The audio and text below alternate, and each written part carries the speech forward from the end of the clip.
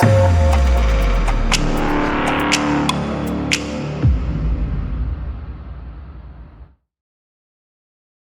I'm Khaled Hosseini, and I'm speaking to Service95 Book Club. And my book, A Thousand Splendid Suns, is due as monthly read for the month of February. A Thousand Splendid Suns is a story about two Afghan women who undergo through the trials and tribulations of Afghan history over the last 40 years.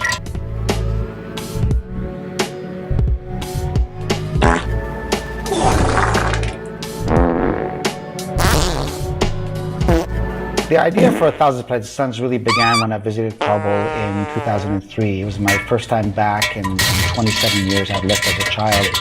And when I went to Afghanistan, I already knew all the stories of what had happened there in the 1990s, the Civil War, the Taliban years. But I spoke to so many people on the streets of Kabul and learned firsthand what people had really gone through this terrible civil war that saw 50,000 people killed, through the years of Taliban oppression. And I spoke to women and girls who told me some really harrowing stories. And I learned about what women had gone through, from being abducted to being used as spoils of war, and from the indiscriminate violence that they suffered with impunity. So the idea that there's a really important story to be told here took shape there, and this was before Kite Runner was actually published. And because the Kite Runner was largely a book set in the world of men, I was really deeply intrigued by telling the story about Afghan women, because it was a story that was not only riveting and important, but it was one that mattered to me personally. So the idea began then, and I began writing it sometime in 2004 and finished by 2006.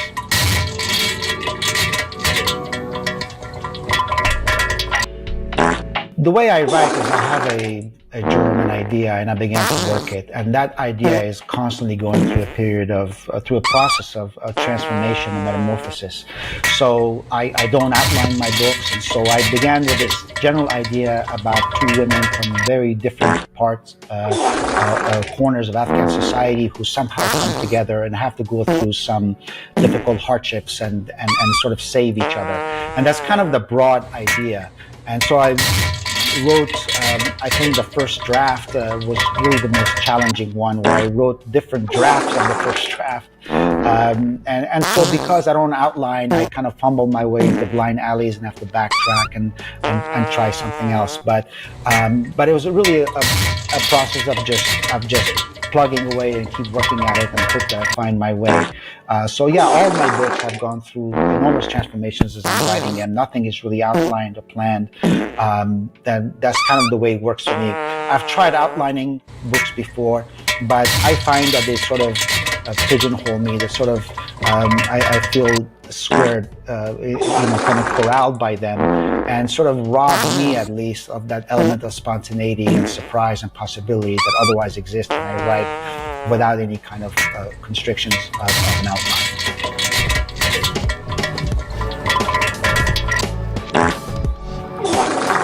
I've written in all sorts of places. I think mostly I like to write somewhere really quiet, and the last few years, really for the last 10 years or so, I've really been writing from home. But a lot of Thousand Splendid Suns was written in a small office that I rented. It was literally 4 walls and a door without a window, and I just had enough room to pace, around this little tiny office space. And so that kind of seclusion and kind of a bunker setting really helped me focus on the story. I tend not to be able to write in public places. I have tried writing in coffee shops and IHOP and places like that, but it's a little bit more challenging for me. I like to write somewhere where I'm really by myself and I'm alone.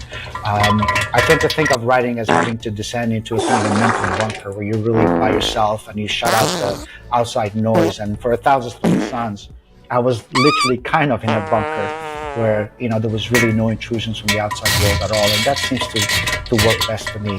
I tend to write in the morning. I wrote the Kite Runner was really written between the hours of 4:30 in the morning and 8. I was a fully practicing physician at that time, so I would write early in the morning and then go and see my patients. But I still tend to write in the morning hours, and I write till about mid-afternoon or so, and then I call it quits.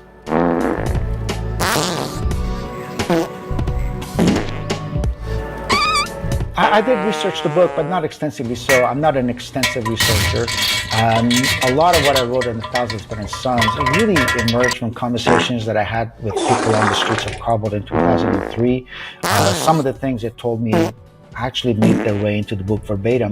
I think one of the most stark examples is I visited a hospital in 2003, and I spoke to a neurosurgeon who worked in the hospital during the Civil War, and who told me stories of how hospitals were run. And he told me quite bluntly that he would amputate arms and legs during the Civil War and deliver babies in cesarean sections without the benefit of any anesthesia whatsoever. And that's the kind of vivid detail that really kind of stays in your head. You know, Afghans are storytellers. I would go to, you know, a wedding or a funeral or a birthday party, and I would meet a fellow Afghan who had just returned from Afghanistan, who had lived there during the Taliban, and this is before my own personal return to Afghanistan. And he would tell me the things they saw. They would tell me what's going on, and some of those really vivid details would stick in my mind, and I sort of retrieved them for the writing of this book.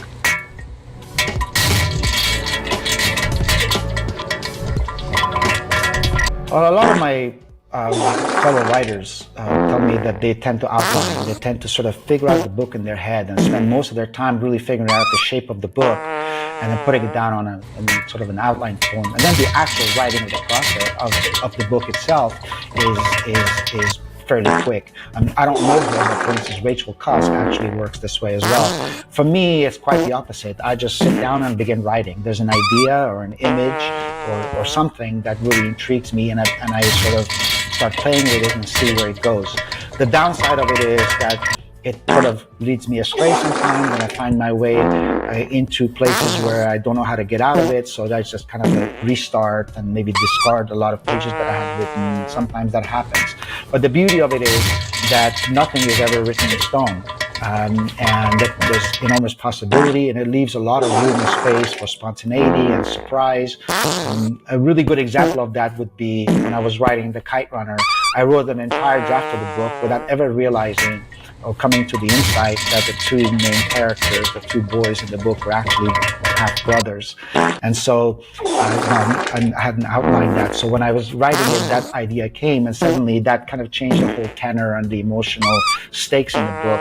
And that's sort of the kind of wonderful aha moment, that those kind of happy accidents that I think sometimes, at least in my mind, outlining sort of tends to blunt. So for me, I just kind of write from the hip and hope for the best.